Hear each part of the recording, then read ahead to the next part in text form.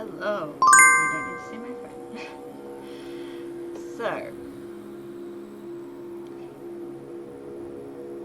Is that gonna work? Yes.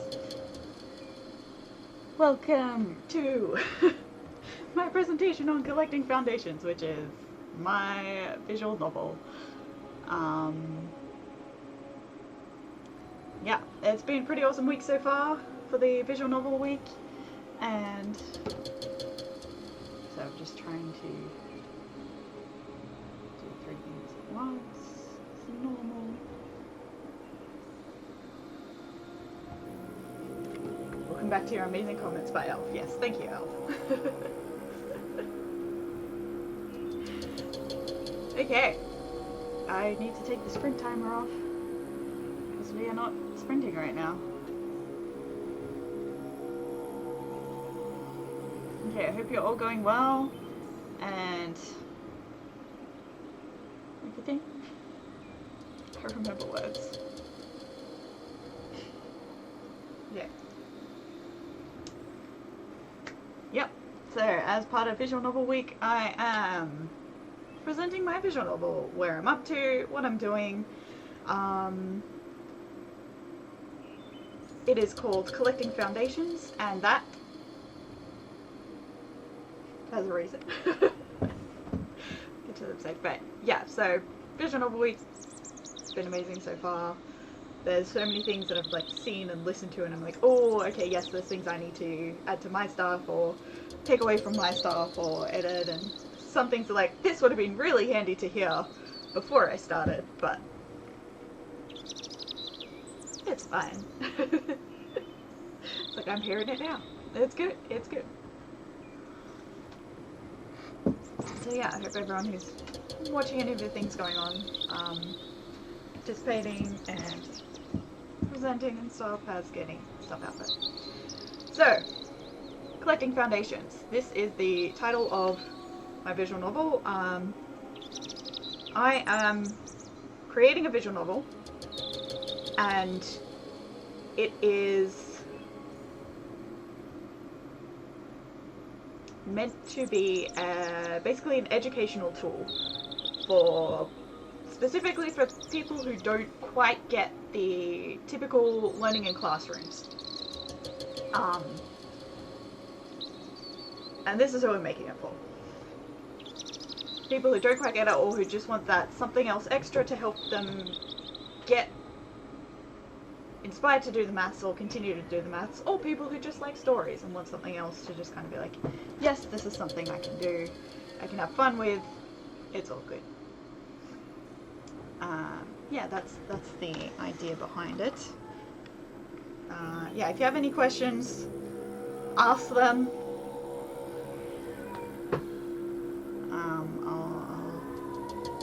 It's my cat in the background.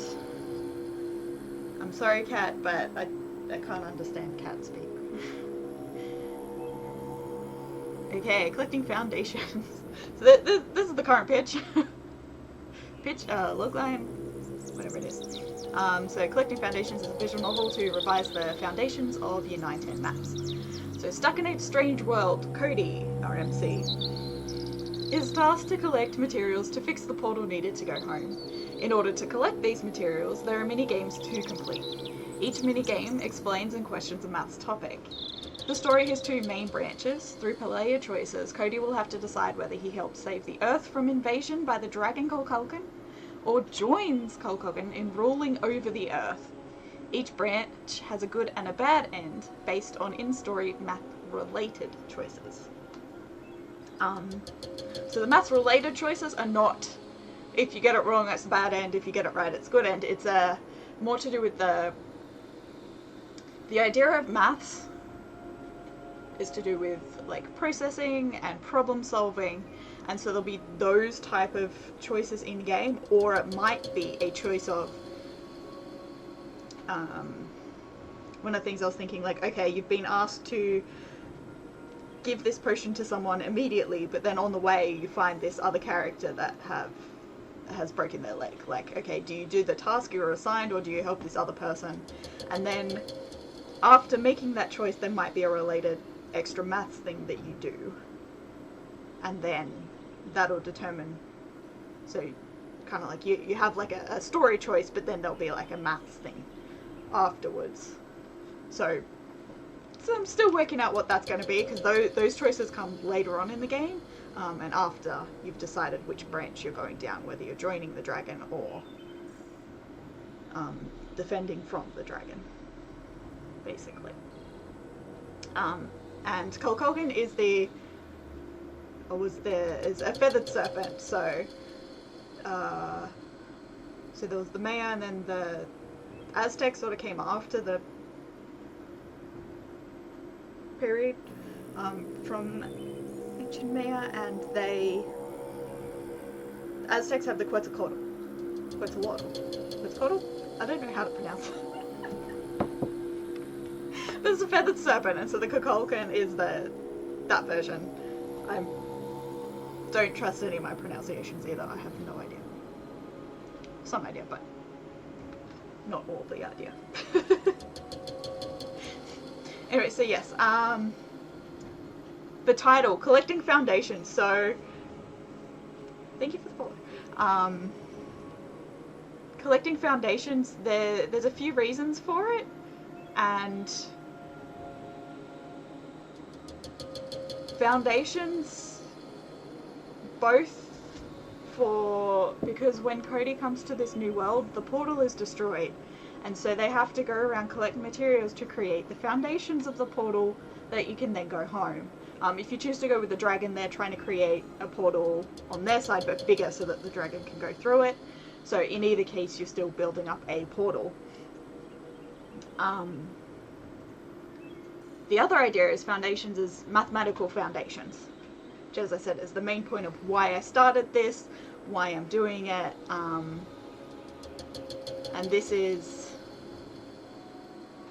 yeah, foundations, mathematical foundations. If you know what your foundations are, that's pretty good.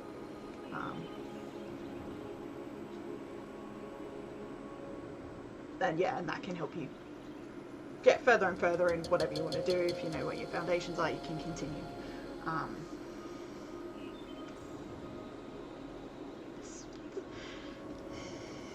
Words. Okay, so yeah. So why a visual novel and maths? Well, so I'm a maths tutor by day, I say. Maths tutor and math author, so I both tutor students, and then I also create resources for teachers and tutors and kids to do that. So I specifically teach high school students. I'm in Australia, New South Wales, but I have, it's like, this is my main focus, but yes, I do other things when things are needed. Yes, but anyways, that's the main, yeah, sort of where I start from, I guess.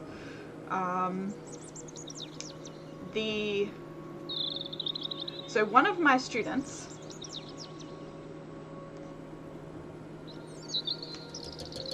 was, so initially, okay, I have like 3 different tracks that got me to why visual novel and maths. As I said, I'm a tutor, so math author, creating resources. I wanted to create different resources.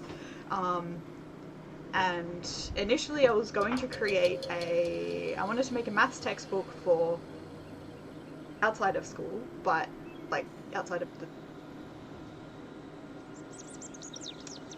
a fun maths textbook. And so I was like, oh, well, I could put a story through it.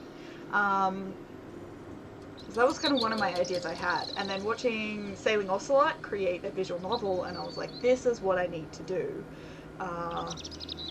Because it also had ideas of different games, turning the maths textbook into an interactive online game thing. And then when I saw a visual novel, I was like, this is what, one, I can actually create it. Like, it'll take a lot of work and stuff, but it's like, oh, I can see how this can be done. And I'm so excited because, yes, like, there's actually planning and going through stuff, and it's like, I've already got to here, and it's It's awesome. It might take me a few years to get to the end, but we're getting there. So yeah, Sailing Ocelot is a big, very much thank you to her, because that's why I specifically chose a visual novel.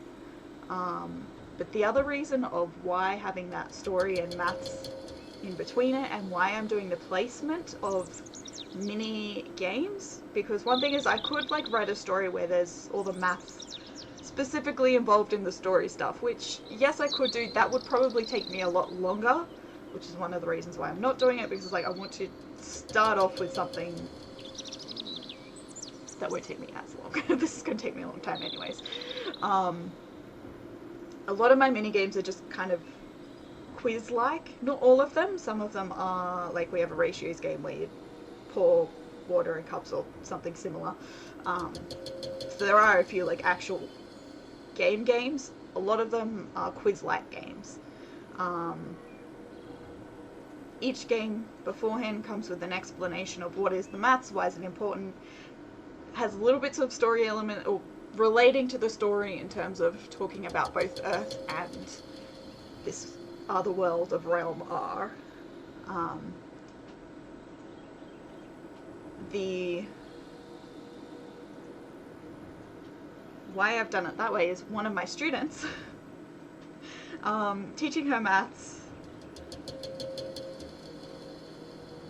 She would get very distracted, and honestly trying to get through like just one sheet or one like either a worksheet or an activity sheet, like it would take so long to get to it.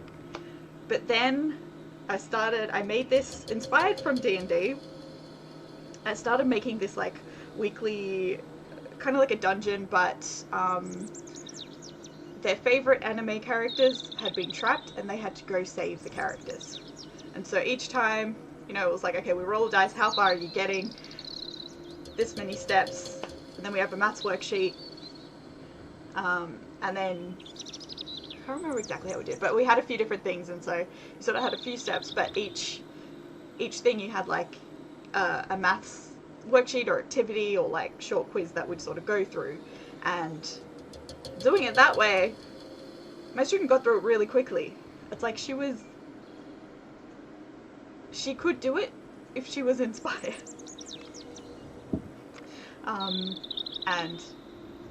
And then after that year she got diagnosed with ADHD, and I was like, yeah, that makes sense. Based on what we did to get her to get through the maths in a way that she could understand and she could go through it. And it's like, that's what I want to do with basically all different types of neurodiversities. Is create different things so that different people can go, yes, this works for me and my brain, so that in the end I still know what I have to know, even though the process to get there might be different. And so in this case, the VN with the little maths games is like, it's that push to get through each of the maths things because there's something exciting coming. You want to know what the next step is, you want to know what the next part of the story is, so you can go through the maths. And that's the idea of it. But it's also just for people as well who you might not have any neurodiversities, but you might just really like stories. You might think the pictures look fun. This is also for that as well. Yeah, so that's why maths, that's why the placement of the mini games is going to be where they are, because it's through each story. So there's going to be at least about 100 little mini games, but I am trying to cover like 2 years worth of math topics. I won't go through everything in each topic. As I said, it's the foundations of each topic that I'm going through.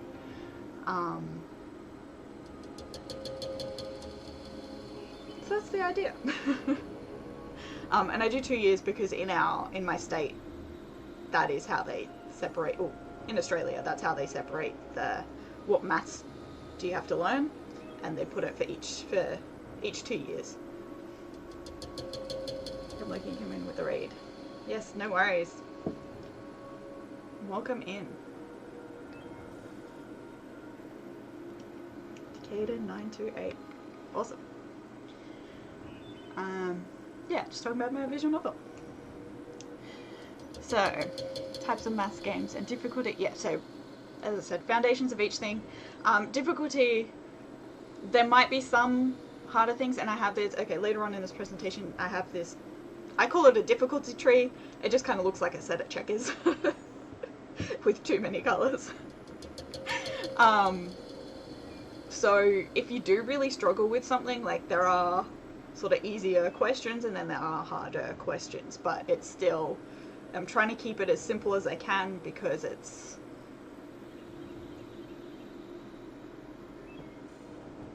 yeah, foundations of each topic. That's sort of, I'm trying to scope it well. So things might change as I'm in the processing of things, going, okay, this needs to change or this or that. We'll see how that goes. But at the moment, this is where I'm at. So my team, woo. So we are Realm R Studios. Yes. This is what I named the group. So as I said, I'm a tutor. So my name is Bronte. IRL. And so this is what my maths and my tutoring all under my maths, my tutoring, or my math resources, they all come under the name Bronte Clark or Bronte Clark's Tutoring Studios. So I made Realm R Studios kind of like as a branch or sort of sister to Bronte Clark's Tutoring Studios and Bronte Clark's Tutoring Services.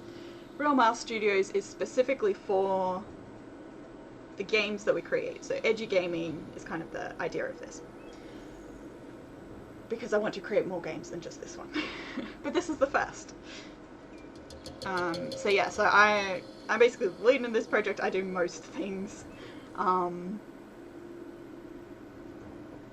Which is cool. I enjoy it. I know what I want, so somewhat. Yeah, so I'm doing all the story related things. I basically work on every section, but yeah, I do the story stuff. I write the math questions. I am doing the backgrounds. I actually just enjoy drawing the backgrounds in my spare time, so for the moment that works. Yeah, and most of the things on the visual novel side of things. Jasper, he is a game designer / programmer. He is the one who's working on the mini games, putting them, so we're using Unity to code everything, so I'm coding the visual novel side, he's doing the game side of things. And that's his website up there. I have a, please, the right chat, VN team. So this is the links to both Jasper and Avalon. They, oh, did that not?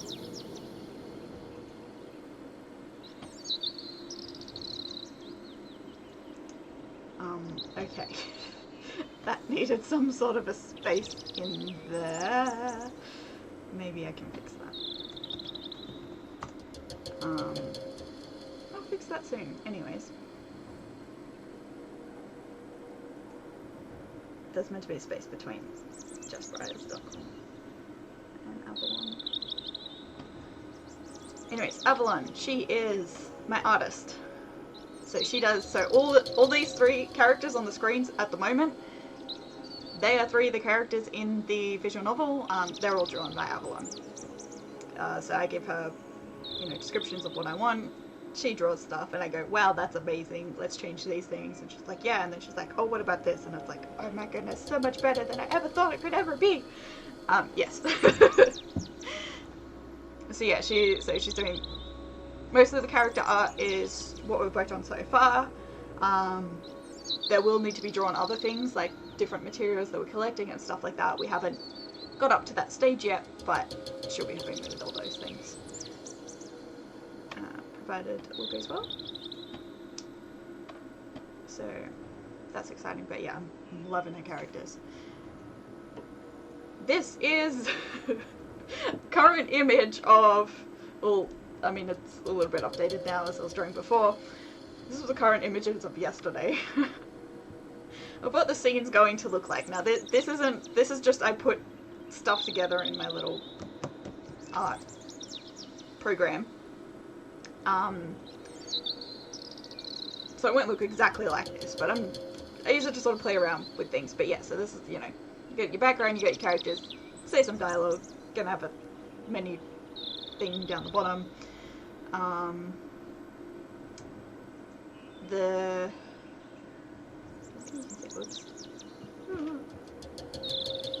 So the one right on the right, Vanessa, she's getting some updated art soon. Yeah, this was an idea I had, because I kind of want to keep all the characters that are in the scene. Of course, I chose a scene with 5 characters. Most scenes do not have that many characters. Most scenes have a couple of characters. But, you know, as I'm progressing, I'm sort of putting things in, going, yeah, this could work. Seeing other stuff and going, no, I think there's better options. It's cool. But yeah, that's kind of like an idea of what it sort of will look like. There's a lot of Maya-inspired designs, is what I'm going for.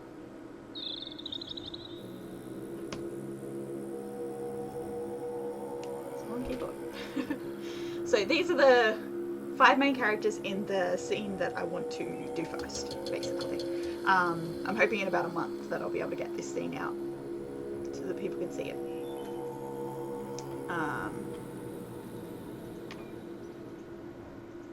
And yeah, so we have Cody, who is the main character. Do I want to end up having a couple of different options for the main character that you can choose at the start? I'm not sure yet. At the moment, we have Cody, an awkward teenager who's just pretty much flying into this new world and is going, what is going on? I just want to go home. But hey, look, maybe he doesn't want to go home. Maybe he just wants to join the dragon and destroy everything. There are options. There are options. But yes, we have... That is Cody. So Kyle is the character that takes Cody, or throws Cody into this other world. He is the heavenly being that connects Earth to Realm R. Specific for the Lakama people. His main role in the story is he's the one that explains the math. And if you see the tiny picture, is Kyle as a hologram, because basically he's still on Earth, but on the armband that Cody has, that's how he communicates to them on that side. That's how he communicates with Cody, and so he's also the one explaining all the maths in the story. Well, not just in the story, but like in the mini games. So that is his character. King Tane, he's the king of the Lakaman people. And yes, they have green skin and they have glowing tattoos, and some of them can even move their tattoos around based on sort of how much power they have over their own bodies, I guess. So that is him. He is the king. So he comes up in this thing because Cody is they call them travelers, and because they are basically sent by the deities, they're somewhat respected enough. So talking to the king and stuff is not strange. The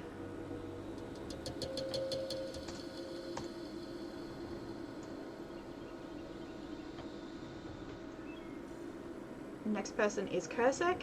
He is the captain of the soldiers. He's actually super old now, so he's trying to do less work with the soldiers and sort of start going into retirement, but I don't know that he's a character that could ever... He's one of those retirement people who, like it's just...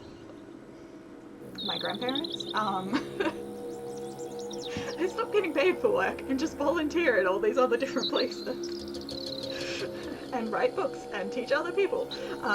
But yeah, so he's on his way into retirement, which probably just means he's going to be less at the front but more just teaching everyone else how to be at the front. Yeah. So, yeah, he's like 600 or something. Look, I'm meant to live for a long time. Yeah, King Tane's probably like 400. He's like 300. Venice's probably 300. Sorry, 600. Venice's probably 300. Venetia was one of the first characters that we drew, which was really cool because for me, I am very visual, so I needed to have some of these characters and visual inspirations right from the start to be able to continue what I'm doing. And that, so having her done first, at the time we had like different skin colors, different, so many things we weren't sure of, but we're like, we'll just put some stuff down, see how it goes. And it was pretty cool to start with that, but yeah, she is getting updated. So I think this one should work now. Yeah, cool. So yeah, that's the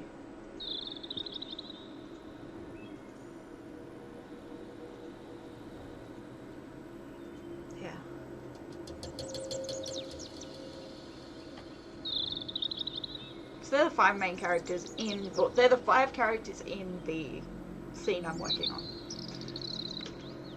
We have 3 other characters drawn. Isatea, she is the apprentice to Vanessa. So Vanessa is the one female on this screen. So Isatea is the apprentice of Vanessa. Hadwin is the scientist of the group, so you often go to him to see what's going on with putting the material, take a lot of materials to him or Vanessa, and they then use the materials to create stuff needed. Koali is a huntress, so if you need to go into the forest to collect any materials, you are led there by her. Yeah. So art process. One of the processes of what we do, as I said, so there's lots of images of me. We have, initially, I got my sister to create a few different sketches. So this is in the right hand corner, there's a sketch of Kokoken. As I said, feathered serpent, a couple of Maya designs on there. So yeah, we've had a few different sort of dragon sketches, and that's the latest one. We haven't looked at the sketches for a long time then, but there were a few different like characters that we sort of had sketches for, and then a couple of them we started colouring in, and then when I worked out what scene I was doing, it's like, okay, I need these characters done next. This is down the bottom here with the face. That is Vanessa. This is her getting an update. So my sister and I opened a call, screen share, and then so I can sort of say, okay, yes, this is what I want. She can draw it. We have a good time. And it kind of keeps us both on track and aware of where we're up to, and helps with the communication, because yeah, as some of the people this week have been saying, communication is key. I know in Sailing Ocelot and J Humps in there talking about game jams, that was one of the things that we're saying is, yeah, communication is key with anyone you're working with. And so this is one of the ways that my sister, who's my artist, and I communicate as best we can with each other. Yeah, to get stuff out, and it's cool. So the other thing is, on this page you can see the colours. So when we were getting the characters together for this scene, we were like, we need to work on a colour set, because beforehand I had all sorts of different colours that I was like, yeah, I want these trees to be pink, these blue, these green. And this was like, that's great, but we need to work out palettes and stuff to make sure that they're not too strange, because like the first thing I'd sent her a background of these different trees, and she was like, that is an interesting set of colors. So we didn't change like the 3 colors of the trees, but it's like we changed the tones of them, and putting them together. That was sort of good help for both of us going, okay, these are the sort of palettes we're looking at. Why it's so weirdly on a page, because these are different areas in the forest that our characters go to, and I was like, yeah, these are the color trees here, this is this over here and this over here, and so we sort of put together some of the different colors and we're like, yeah, this works. And so that's sort of where we're starting with different colors. So both when she's drawing characters and I'm drawing background art, we can try and keep the tones and colors together, matching, if that makes sense. Yeah, so that's kind of the process. I am coding in Unity, and by that I am following a YouTube tutorial.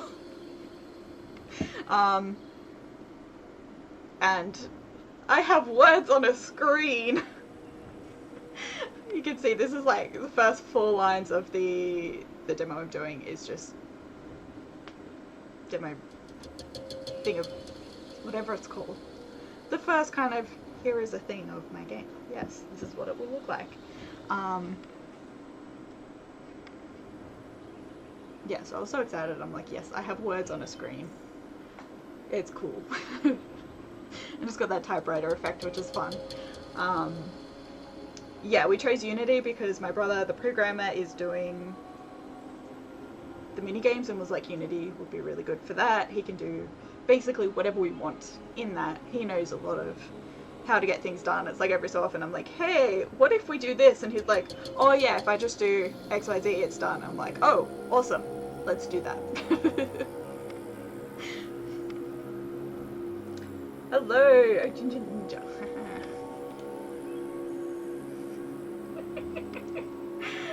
Hiya, hiya, hope you're going well. Yeah, so I'm really excited for that. This is the flowchart of my scenes list. It kind of looks awkward. There's, I know my left and right, so yep. On the right is the basic. It's maybe halfway the branch is split. It starts off quite a linear story. Then you get to choose, are you going to save the Earth, or are you going to join the dragon and take over the Earth? The split, and then right at the end, there's sort of a good and a bad end. For each scene. This is the flowchart that I was talking about earlier that I've done in hand, like in just handwriting. It's five A4 pages worth of length, and that is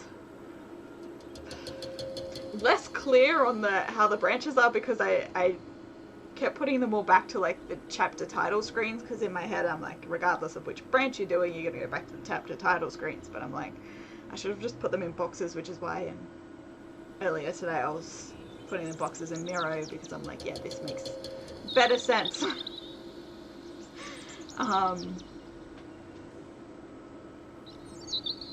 Yeah, for the branches. So there is, yeah, going to be about 100 mini games. So that many, like when I say math topics, so for example, indices, you might have 4 topics on the 4 main indice rules. Like addition, subtraction, multiplication, division of the indices.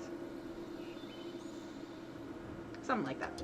A couple of them I might like put together, like addition, subtraction might be the same in the same minigame. We'll see. But there's going to be I'm expecting about 100 of them. So they have to fit in all my scenes there as well. So some scenes will have a few mini games depending on how many materials you're collecting, or a few other things as well. Not just the materials, but like learning how to use the armband and a few other things like that. So this is the concept, I guess, of Kyle giving explanations for maths. So in this case, so the first thing that I'm going to, I guess, yeah, the proof of concept that I'm going to release hopefully next month, we're looking at numbers of, basically you're looking at unit conversions, like difference between, like, can you convert 2 kilometers into millimeters? Those type of questions. And so this is part of the pages and pages long explanation and examples given of Kyle explaining it. In this case, this is a kind of like a visual description. There's also a table in there earlier on, and yeah.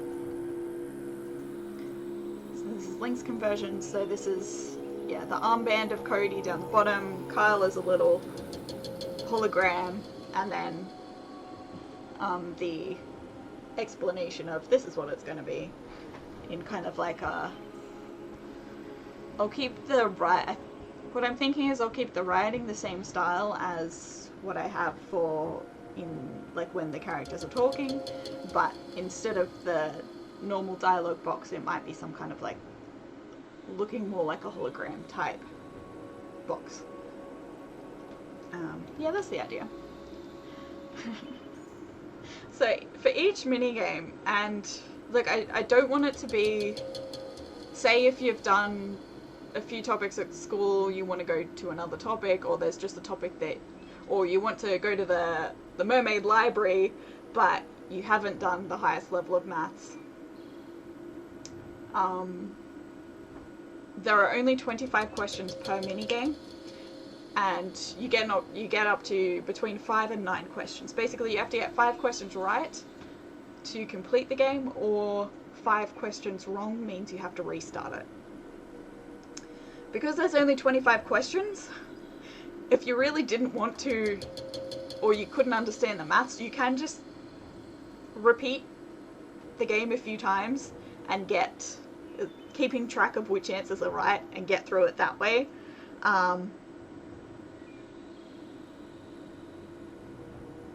Because I don't want to make it like too hard for people to keep going if you haven't either done the topic or you're testing out, could I learn a topic that's a higher level than I've done so far.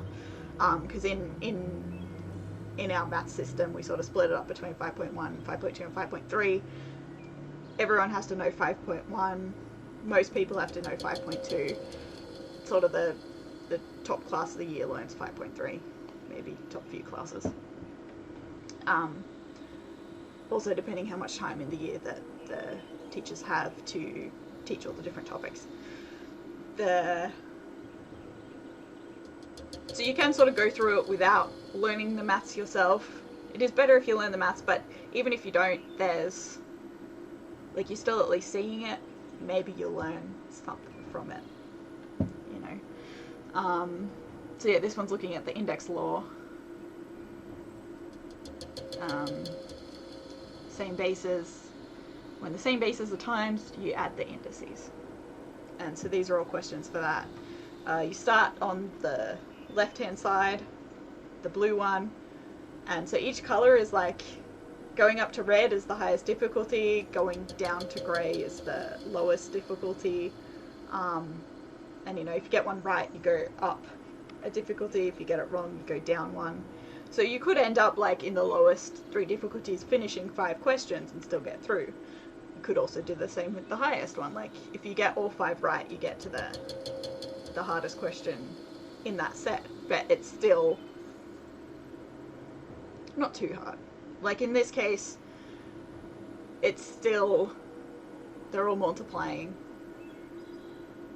the bases, but you have two different bases that then in the answer you have 2 bases instead of just one base. So 2 letters instead of 1, basically. And yeah. So that's kind of my tree. It took a while to sort of work out this thing, but yeah. So I'm doing 25 questions per game. Potentially 100 games. As I said, some of the games are going to be more game-like and not quizzes, but a majority are the quiz style. Yeah, proof of concept. So that's, I was calling it a demo, and then my brother, the programmer / game designer, was like, no, it's called a proof of concept. Basically, I'm getting out the first part of scene 9, which is kind of, you meet a few of the characters, you talk about some of the world, and you do a minigame, a quiz on the changing units, like units of something. There's like lengths, capacity, digital bits, bytes, mass. So they're sort of the 4 that you look at those. So like one of the questions was something like, okay, 0.03 kilometers is how many centimeters? That's one of the questions. So yeah, so the proof of concept is basically having those all put together that I can give to people and be like, hey, this is what I'm doing, but also like, here's some questions on feedback I have, like what do you think of the placement of the characters? Is it too much? You know, would you prefer having a choice between like a choice of characters at the start, male, female, non-binary? Would you like those options? You know, does my year 10 student sound like he is way too old for that?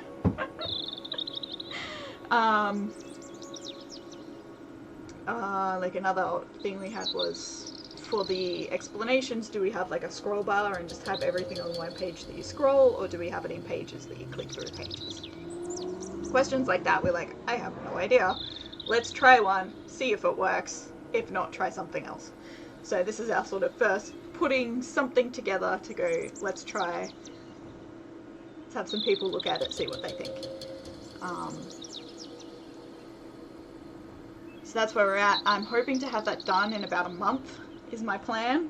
If all goes well, we shall see. But that is the current, like I've sort of listed out, these are the things I need to do if I do this much per day, with, you know, more on some days, less on other days. Give a few extra days at the end if I take a few extra days. So this is my plan, about the 18th of September. If not, hopefully by the end of September, to have something out to go, yes, this is what it looks like. Yeah, so I am excited, and I'll be working on that for the next month, definitely. Which brings me to my Patreon page. Talking about what I'm doing, one of the places where you can see what I'm doing is my Patreon page. And you can get extra little goodies as well if you sign up for one of the things.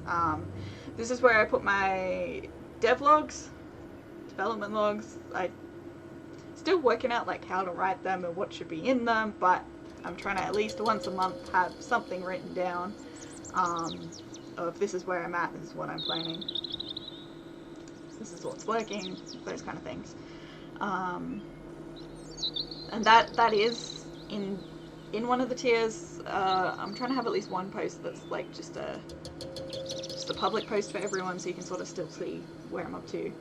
But yeah, the support the progress, you've got game devlogs and early access to character drawings, which is basically, you know, I show you and then later on they become public as well, so you can see some of the character art on there as well. And then I've got eyeing the art, so you get extra little, I'm doing little digital sticker sheets basically, and then you also get to see some of the character art.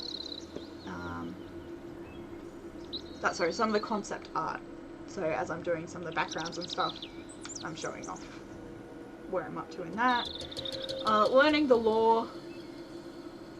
My plan is to post short stories. Telling myself short stories doesn't mean it has to be a few thousand characters long. It can be a few thousand words long. I can post like short vignettes and stuff as well, but that's the plan, is to have something, yeah. So little stories, so you can learn the lore like of the world itself, not just what's going to happen in the game, but sort of how some of the characters got to where they are to be in the game. And then if you want to tell me which maths I should be working on this month, which minigame I should do, you can pay me a lot of money and tell me what to do.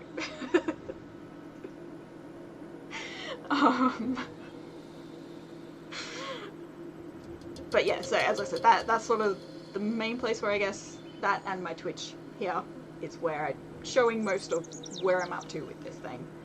So yeah, if you want to be a part of it, join my Patreon.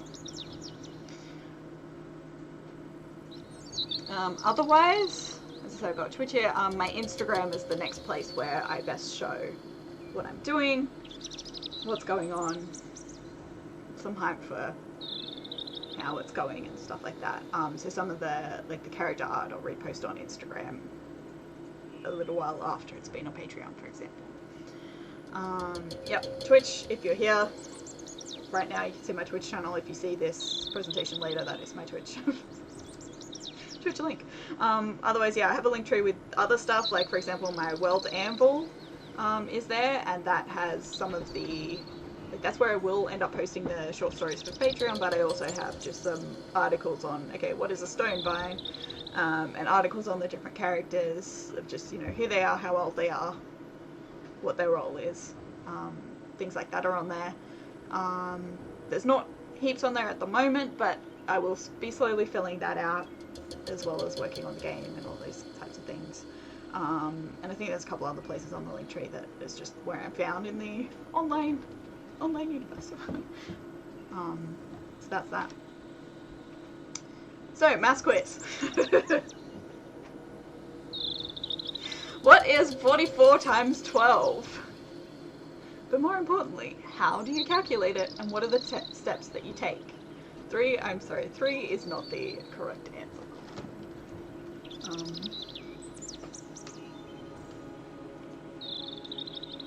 But yeah, I assume your step of calculating that was just picking a random number and chucking it on the screen. Because yeah, maths is not all about the what is the answer, it's how you get to the answer. And that's kind of where you can take the skills from maths into the rest of life. What are the steps you took to solve it? How much do you, and I think what this is, one of the really important things, particularly when you're at school to learn, is how far do you understand, and then where do you go to find the next step? Oftentimes it's your textbook or your teacher, maybe your parents, a tutor, whatever else, but it's maybe other resources online. You know, it's like, okay, what do you do? How can you do it? So, for example, what is 44 times 12? You can just type that in your calculator. You can type it in Google. They have calculators or other equivalent to Google search engines. Most of them have calculators that you can type in that's calculated. You can find that. If you do it by hand, there are a few different ways that you can work that out. Now, I have to get out of here.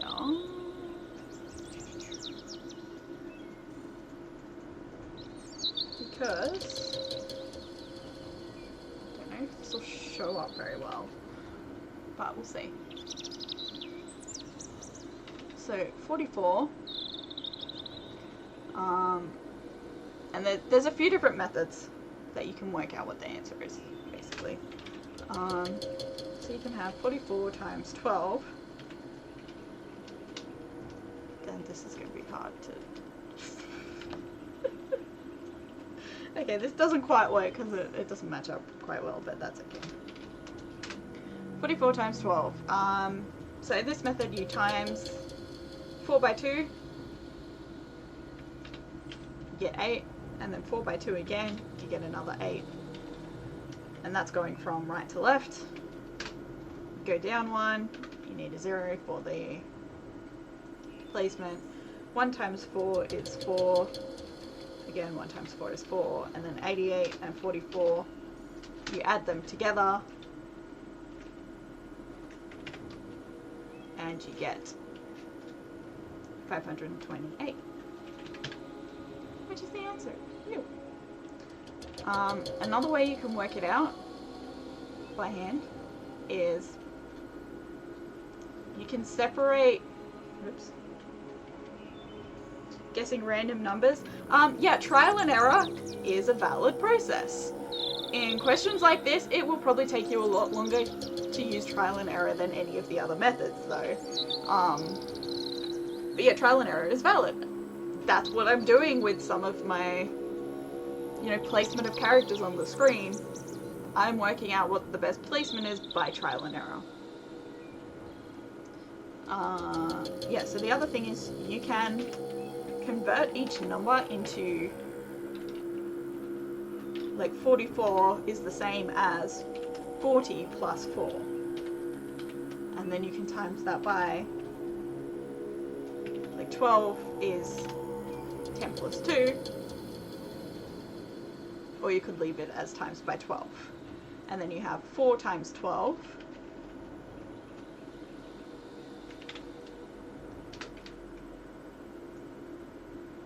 is 48. 40 times 12 is the same as 4 times 10 times 12. 4 times 12 is 48, times 10 is 480. And then again, you add them together and you're going to get 528, as I said. So yeah, so there's a few ways you can sort of play around with building the numbers, almost. I sometimes think of it like Lego. I quite like maths, as you can see. But yeah, playing around with the numbers, where they are, how you can add times, whatever, to get to where you're going. I know there's a couple of other methods you can use, like there's a crosshatch method, which I didn't know when I was at school, but some of my students are teaching me different ways, which is great. And sort of you have the numbers like in a table, like the 1 and 2 at the top, and the 4 and the 40, and you do this thing. Yeah, as I said, typing in a calculator, valid too. They're all different ways. But yeah, as I said, the point of this is like, maths isn't just about getting a number. It's what is the process? How do you get there? Same in terms of teaching maths. There are different ways to get there, different processes, and that's what I want to do, is help create some of the different resources that'll help students get to where they want to go. And by putting story through it, it means that my creative brain also gets to have a lot of fun. Yeah, so as I said, a lot of my math stuff is under Bronte Clark's tutoring services. And I have a TPT store. And like some of the, like these are sort of more typical maths resources, but they're sort of like, okay, how do you do, it's a gradient. But then I also do like worked solutions. So not just, okay, here's the answers, but like this is how you find the answer. In more worksheet style questions, and then I have some activity questions, like this is just kind of like a match game. And then yeah, so I want to end up moving more into the different styles of like games and activities, because there are a lot of sort of the typical resources, and it's like I want to slowly move into more of the fun stuff, really. And I think that is, yeah, that's my presentation. That actually took me to the end of the hour, which is cool. Does anyone have any questions on what I do or this project specifically? Collecting foundations. I love all my characters. How I'm doing it, how I'm going. Yeah. Any questions? Let me know.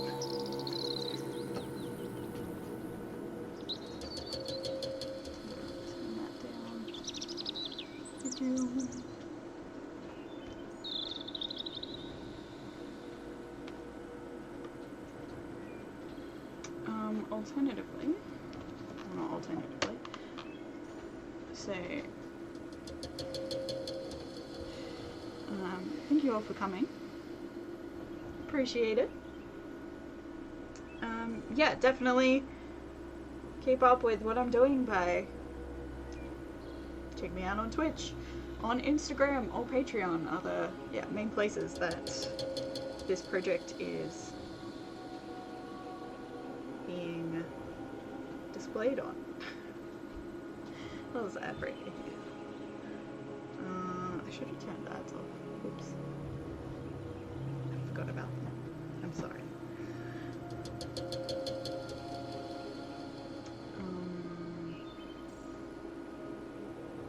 find what's on next. How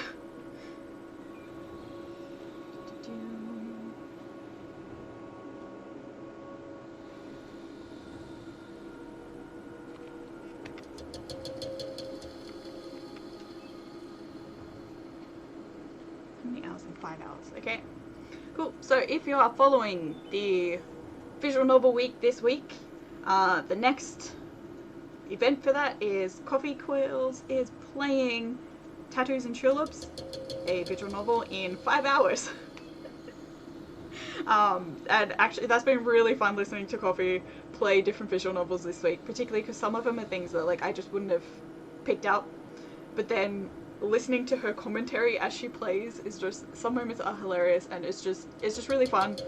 I mean, I just love listening to people tell stories, play stories, that kind of stuff anyways, but it's, yeah, it was a lot, it's been a lot more entertaining than I expected, which is cool. And then another bunch of hours after that, Luna is playing murder mystery and psychological horror. That is, well, one, it's like 3 AM for me, but I am not a horror fan, but still, if you like that, that's coming up. Then tomorrow, mystery VN recommendations, so visual novel mystery recommendations with Katie May and Sailing Ocelot. That's going to be exciting. And then Coffee plays more visual novels, which is fun. Coffee plays 999 also tomorrow night. There's an interview with Crystal at talking about dark fantasy visual novels and development. That's really cool.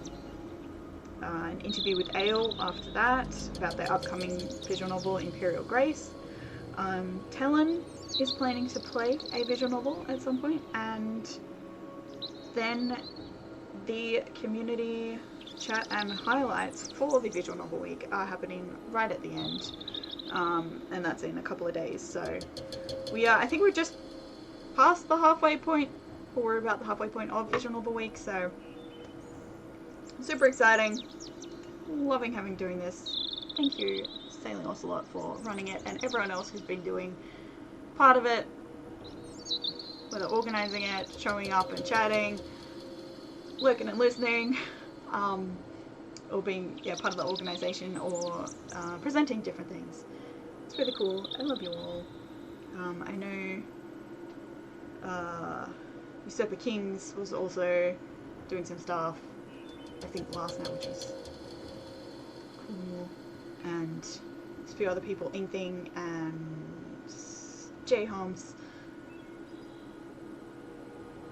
all awesome people getting involved. It's awesome hearing stuff, seeing stuff. So definitely, if you missed any of the things, for example, time zones are a thing. Yeah, definitely see if you can find the VODs. I think most people are putting them on Twitch. I know I'm going to be highlighting mine for if anyone wants to see. And if you do see this later and you still have questions for me, yeah, feel free to send me a message.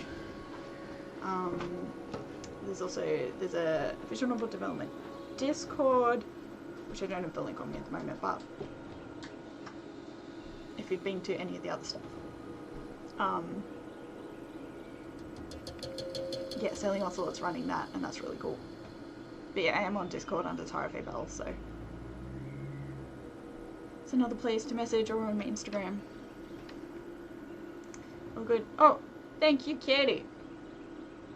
Katie means awesome as well.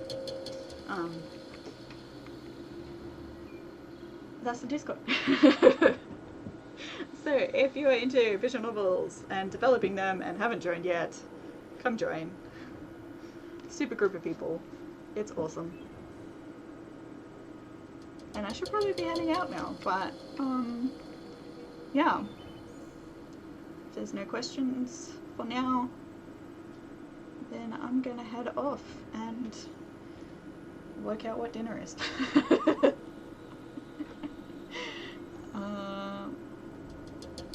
Okay, thank you all. enjoy the rest of Visual Novel Week and just your time zones in general.